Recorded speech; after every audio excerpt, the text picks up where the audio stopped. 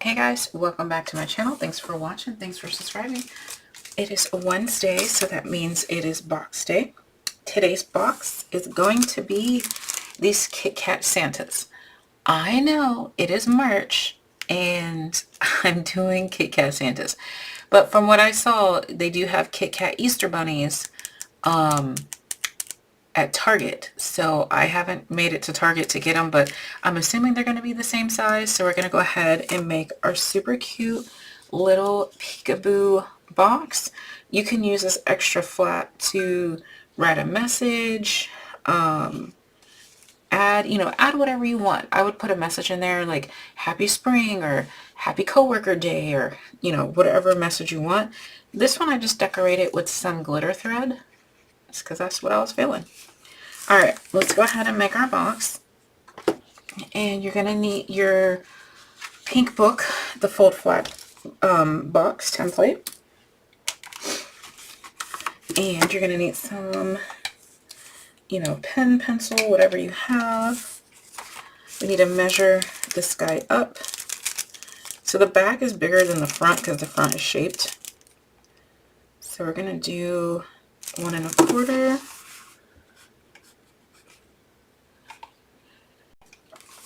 And then we're going to measure, I'm going to measure with the flaps down. So let's do by 3.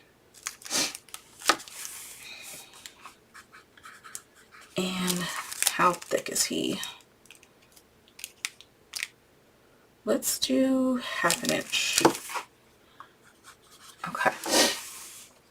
So I know half, half, half, half, half, half, half. My left to right is 1 1/4. My up and down is 3.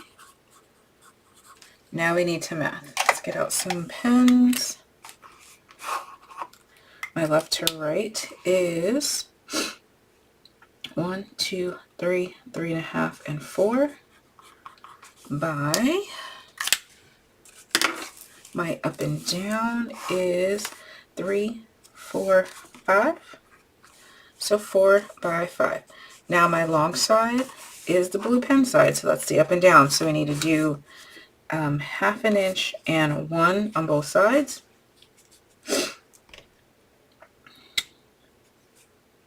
And then the short side, we need to do 1/2, 1 3/4, 2 1/4, and 3 1/2. Right, 1/2, 1 3/4, 2 1/4, plus, yeah, that's right. Okay.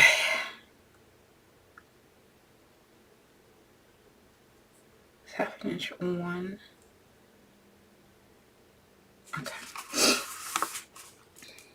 Let's cut our paper. Now I'm going to go ahead and do mine directly from my paper collection because this paper collection is pretty thick. It is Echo Park something. Hold on.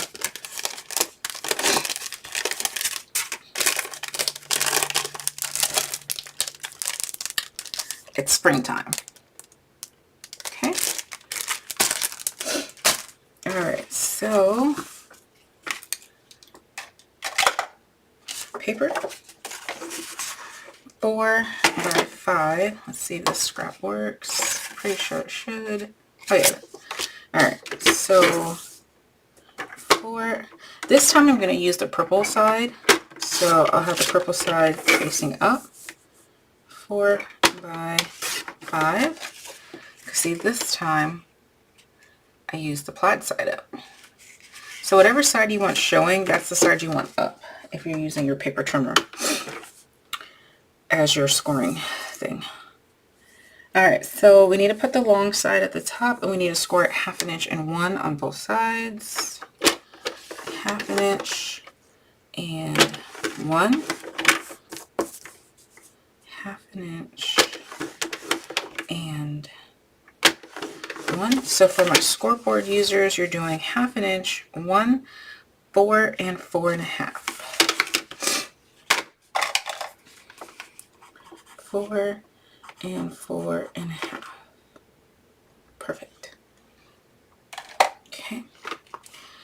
And on your short side, you're going to score at 1/2 inch,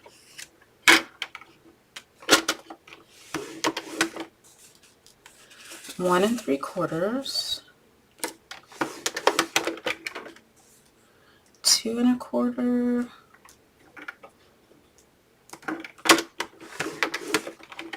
and 3 1/2.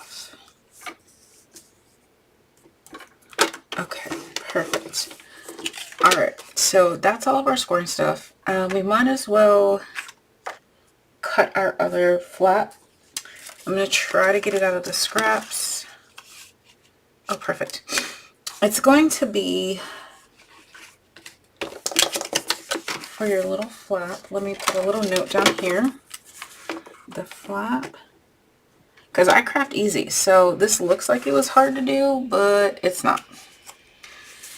This was 1 3/4 by 3, scored on the short side at 1/2 inch. Okay, and how I figured that out, I just took my left to right measurement and added 1/2 inch because I'm just gluing it on the side. I did not do anything other than glue it on the side because we don't craft hard. So let's go ahead and cut our paper. So my book is not staying open today, and I don't know why. It's driving me nuts. All right. 3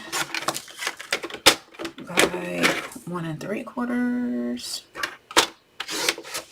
Scored at 1/2 inch on the short side.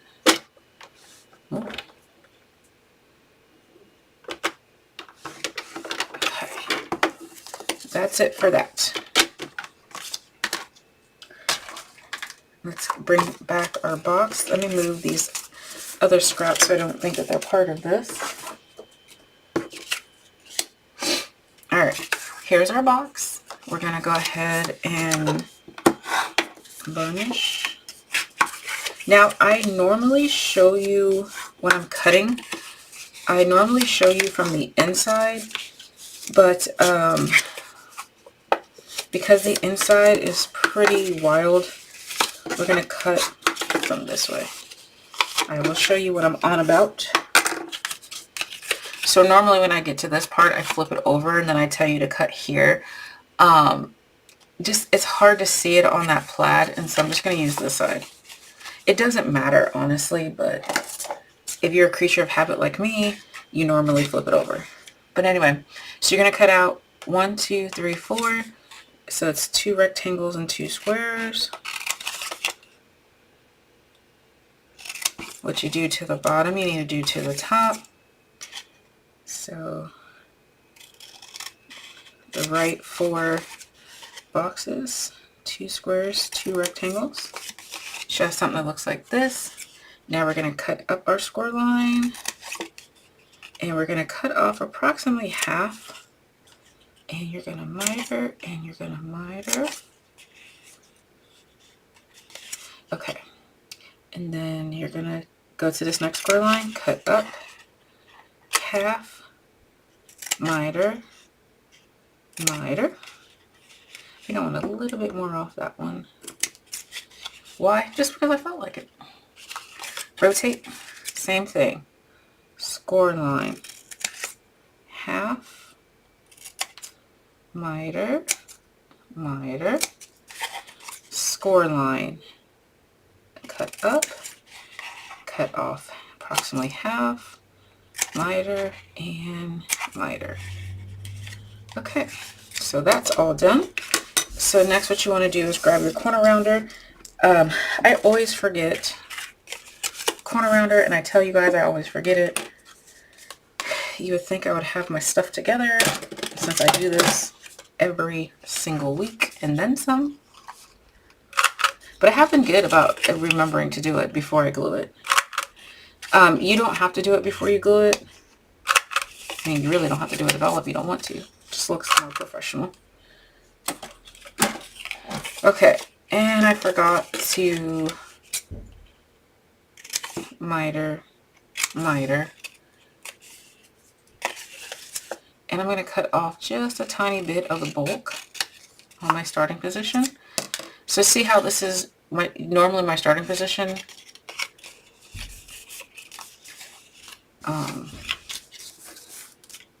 I totally just lost the train of thought because I hear people outside. But there we go.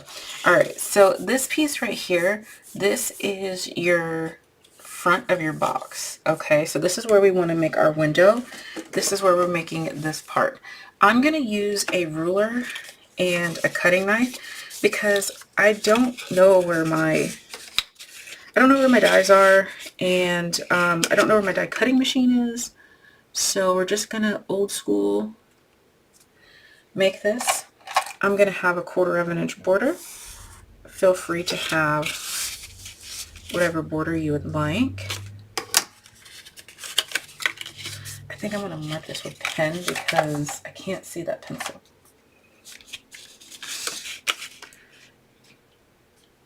Lining it up. There we go. Oops. I went too far on that one.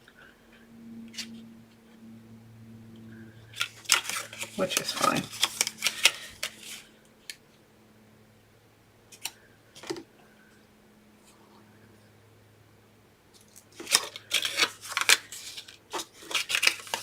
So this is going to be your most time-consuming part. And I'm probably making it more complicated than what it needs to be, but it is what it is, right? My eyes are going crazy from the crazy pattern. Okay. There we go. And we're going to take our X-Acto knife, our cutting board, our paper trimmer, whatever you have to cut out your rectangle. Make sure all your pieces are unfolded so you don't cut the wrong thing. Okay, and we're just gonna go ahead. And yes, I could have cut it without the line, but for me it's easier with the line there. And sometimes I like to use this side of my ruler. So whatever makes it easier for you, you go for it. I was going to go for it without the ruler, but then decided against it. But the lines tell me where to stop cutting. So, okay, we're going to go ahead and punch this out. Now, I didn't get all the way to the corners, so I'm just going to use my scissors to kind of pop it out, help it along, because I don't want raggedy edges. Okay, and I just thought of something. I did not, I got a raggedy edge. I literally just told you don't do that. All right. I don't see my piece of acetate on my desk, so I need to hunt that down. It was actually right here. I couldn't see it. All right, so for my acetate, I'm going to cut it 1 1/8 by 3 3/8. No. Where's my book? 1 1/8 by 2 7/8. I'm just doing it 1/8 of an inch shorter than what my space is. The reason I'm doing that is so that way I don't have to worry about my acetate being too big and messing with my score lines, and then my box looks all raggedy. I can't have a raggedy box. So I'm doing it a little bit shorter. I need to put that on top of there because I can't see it. Now I'm going to go ahead and take my 1/8 of an inch score tape. I could do 1/4, but then you have to line it up and hopefully there's no extra tape anywhere, blah, blah, blah. I don't want to have all that drama in my way. So I'm taking my 1/8 of an inch and I'm going around my opening. Different people do this different ways. Some people like to put it on their acetate only. Some people do it this way. Some people put it on the outer, like closer to the score lines. But this is how I do it. And you're going to do it how it makes you comfortable, okay? There's no right or wrong technique. The only wrong is if you have too much tape and your box sticks together. That's wrong. How you get it like this is up to you. Okay, make sure that's in there. And let's pull it up.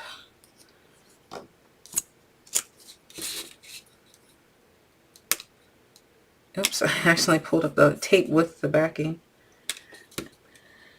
This is why I switched from redline tape to score tape. But I ran out of 1/8 of an inch score tape, so I had to get this. Gosh, it's all stuck to me. Okay, and when I first started crafting, all I knew about was the redline tape, and every time I would take it off, like, I would just fling it all around the desk, and usually Paddington was by my feet, and so he'd be covering the backing of the redline tape. Alright, so let's go here and just line it up. Make sure it's on there. You're good to go. Remove your fingerprints. Okay, so starting position. Fold your flap in. Now, if you accidentally put your acetate on the, on the wrong side, it's fine. It's double-sided paper. You're good to go. You're okay. Did I cut enough? Okay. Glue. Making sure the most important is to get these corners. My glue is clogged.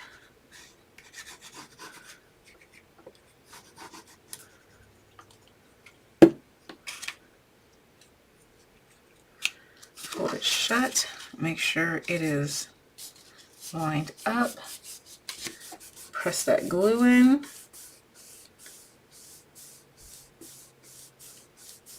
Let it dry.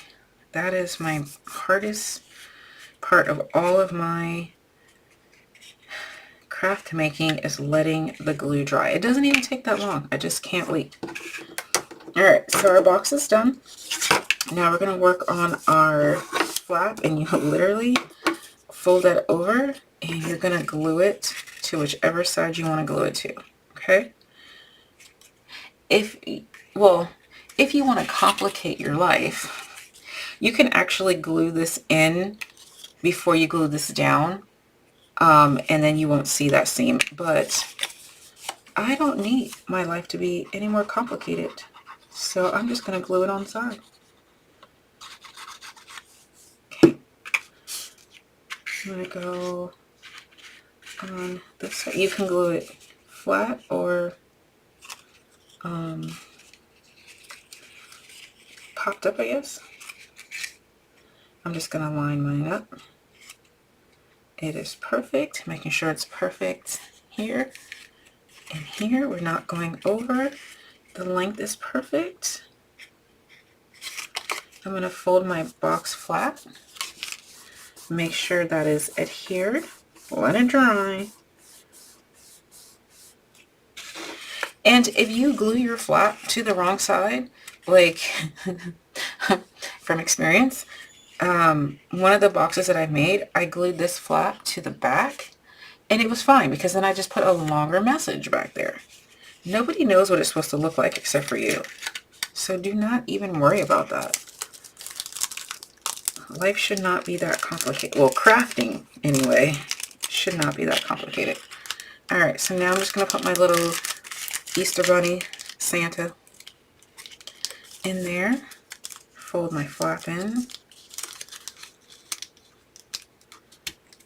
Tuck it all in there. And there you go. And so now that this is dry, I'm just going to fold it back a little bit. And I'm going to put a little message inside here. Decorate the front however you want, with stickers or a tag or with flowers or whatever you want. And you have a cute little peekaboo candy box. These would be great for your kids' classroom. You can put to from in here, and then on here maybe a picture of the teacher, the class, or whatever. That's super fun. Oh, you know what's a great idea? If you have a picture of everyone in your child's class, and you could give a whole pack of these Kit Kats to the teacher, and then have the kid's picture on the front, and when she's done eating the candy, she can give the kid the little box or something like that. I don't know. I used to do that for Corey's teachers when he was younger. Put all their pictures on stuff. But anyway, yeah, I was a classroom mom. But there you have it. Thanks for watching. Bye.